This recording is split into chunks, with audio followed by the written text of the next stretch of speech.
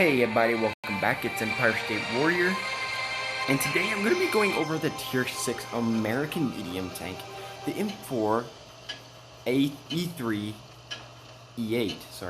A3E8. This is called the Easy 8, and for good reason.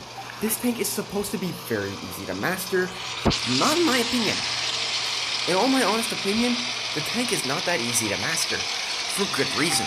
The tank, with everything getting buffed around it, it seems that people would think it's getting worse. That's not the case. The tank actually performs better with everything getting buffed around it. The reason being is because people just think they can go and rush in against a tank like this that has decent DPM. It doesn't work out well for him.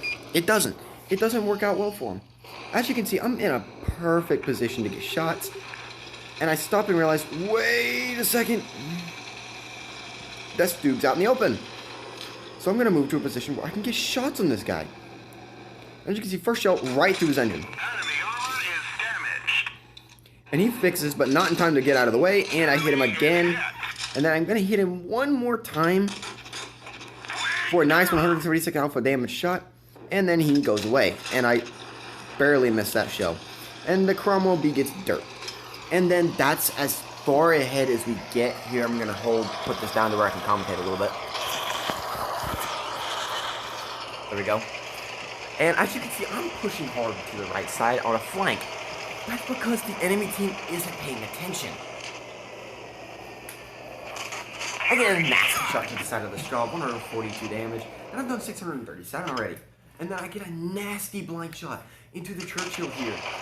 That was a hit. You'll see him in a second. Yeah, see, look. I hit that. I mean, there was a 183 damage shot.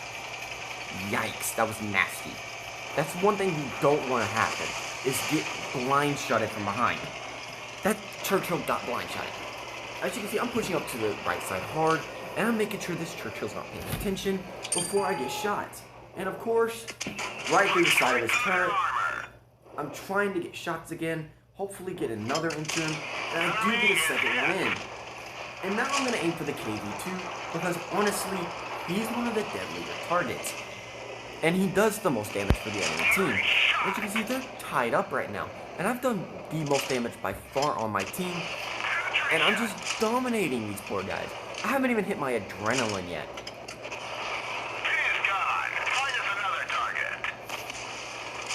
The Crusader misses, and I'm going to get into a position where I can hit the heavies without taking damage. And as you can see, this position works. This position wouldn't seem like it works, but it works. It works fairly well. And as you can see, I've already done 1,961 damage, and I'm about to hit 2,000. That's in a tier 6 game, and it's a tied game. This is a tie game. Now I'm going to miss quite a few shots after this. And I do go for the T-34-85 later on, but as of right now, I'm trying to get rid of the Crusader, which I don't think he peeks me again, so I'm going to aim for the guys that I can actually get shots on. And as you can see, it's the T-34-85. I get a nasty shot to the side. I don't know how much it did, but it's 2 blind shots in a row. Now, I do get pegged from him in a second. Got nasty 196 damage shot. Nasty. But good job from the Crusader, realizing that I had just fired, and then he could peek out and get a shot. Now, he doesn't get another shot on me, because I'm about to peg him for the kill. Now, props to the Crusader, he did do well enough. But look at that. That's just how accurate this tank is. With a point, I can't remember the dispersion value. I'll say, because this is going to be a complete review, I'm going to say it afterwards. But as you can see, the KV2, it doesn't realize I'm there, and I peg him right through his gun mantlet. Something you don't see every day. And I'm trying to bait shots, and I'm not going to get a bait on that one, but I do peek enough here to get another nasty shot into the 85 side, which is a good thing, because the 85 is a good tank, especially used in the right hands. It's not in the right hands right now, but still. I stopped, realized the stooge right there. Complete kill, goodbye. I've done 2,622 damage. That's absolutely nutty. Actually, I've done around 2,800. I should have just random fired, but who cares? I get to kill the Churchill completely after this. The Churchill is mine. As you can see, I switched to APCR thinking, okay, he's going to turn to us. He doesn't. He does not turn my way. Instead, he's heading for the cap circle. Actually, I don't get to completely kill the Churchill. The KV-2 does take the kill, but I do still get a top gun and a high caliber. So, I'm happy with the game. And I'm pushing up hard. There's one shell, and then the KV-2 takes the rest of the damage. I was actually very mad at that, but I still get 3,130 some odd damage. 31. 36,000 credits. What was that? 1,126 base experience with 4 kills. And hold up, let's see. Yeah, top gun, high caliber, and a master badge. So many shells I missed. I missed technically 4. Technically 5, but I only missed truthfully 4. Okay, what I mean by that is I bounced a shell, so that counts as a miss in my opinion. But I just damaged 6 and destroyed 4. That means I didn't even have a shot on the Crom B, which sucks. As you can see, I completely killed the Stug. Completely killed him. Well, almost did. I guess I didn't. That's fine. No, wait, he fell down, so I did completely destroy him. The Straub, I got 3 shots in. I got 4 shots in. I got 6 shots into this guy. I almost completely killed this guy. I did a lot of damage to him, and I only did 1 shot into this guy, but that's still 3,000 damage in a tier 6 tank. Now, as I said, I'm going to go over a complete review of the tank, and why I think it's pretty good. As you can see, I don't have a maxed out crew on it, and yet I still do that in the thing.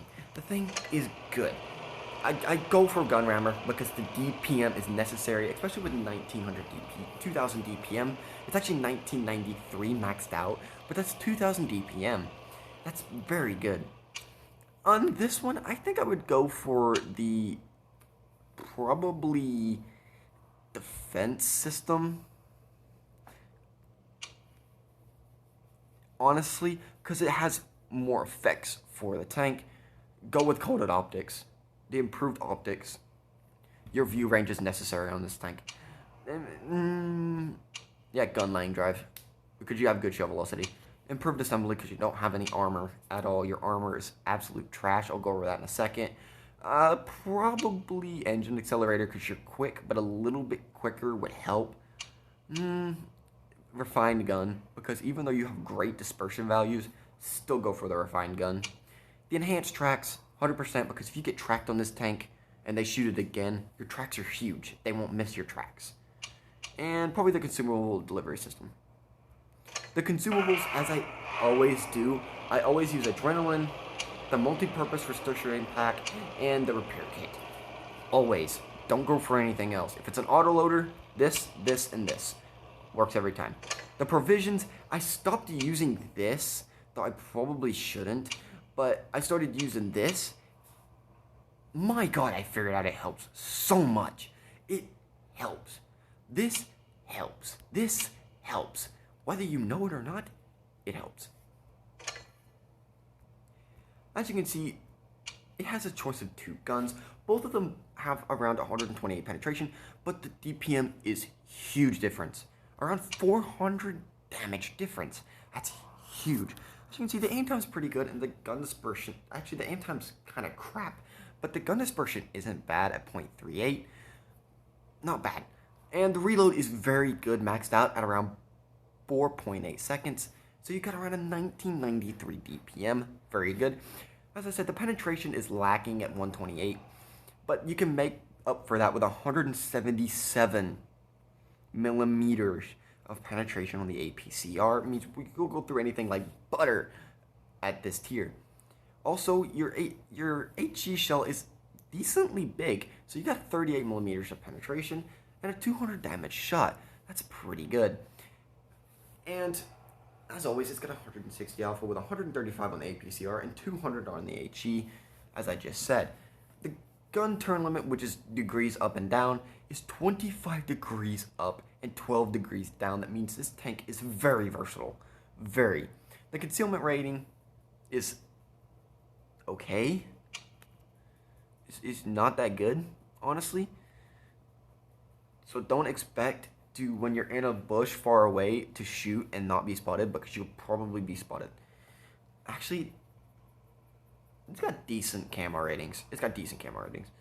The whole turn rate is very good, and the power to weight ratio is very good, and the turret traverse is very good as well. It's also a quite heavy tank at around 30 tons. That's pretty good. The average speed is great at 30 kilometers an hour average. Your forward speed is 48 and your reverse speed is 18. Very good. Now, the Rudolph tank does have better top speed and reverse speed, but has a less power rate ratio, so please take that into mind. Also, it does have slightly better aim time and dispersion, and just 7 damage more per minute with an exact 4.8 instead of 4.82, but that's just that.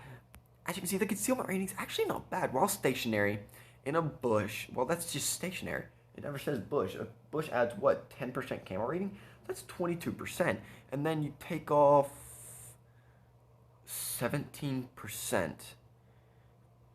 17%. Okay, then. Hold up. That'd still be 15% camo rating. That's not bad. The chance of a fire's low, so don't expect to get lit on fire every shell. It's got a decent hit point pool with around 980. That's better than most mediums at its tier. Please use the hit points wisely though, because you don't have much armor. I did get some bounces from the T-34-85, but that was luck. The front armor, as you see on the turret, is actually pretty good at around 76 millimeters. You'll get some troll bounces. The sides are crap. You won't get bounces on those. The whole armor is a little bit troll-like. Hold up. On that little barrel part on the underneath, right there. I'll even it out with the consumables. The lower plate here is actually quite strong. That is the 63 millimeters. That will get bounces. Everywhere else on the upper hull will go right through like butter. And your side armor is pathetic. Your back armor is pathetic. You'll get auto-pinned. Now, what do I think about the tank? I think it's a very good tank, especially with the power to rate ratio and the horsepower at around 572. You've got a very good tank here. Also, it does quite good in terms of going up against other mediums, especially like the Cromwell. This is actually the rival of the Cromwell. People like the Cromwell better because it's faster, but this tank actually performs better in hold down and flanking positions and works better in tournament scenarios. Anyway, this is Empire State Warrior. Like, subscribe, leave a comment down below. Please don't forget to hit the notification bell. If you have any questions, please comment down in the comment sections. If you have a tank request that I can use on this account, please send it to me, because I have got the M01, I have got the M103. If you want reviews over the tanks and how to play them, please comment down in the comments below, and I will try to get a video. Anyway, I'll talk to y'all later.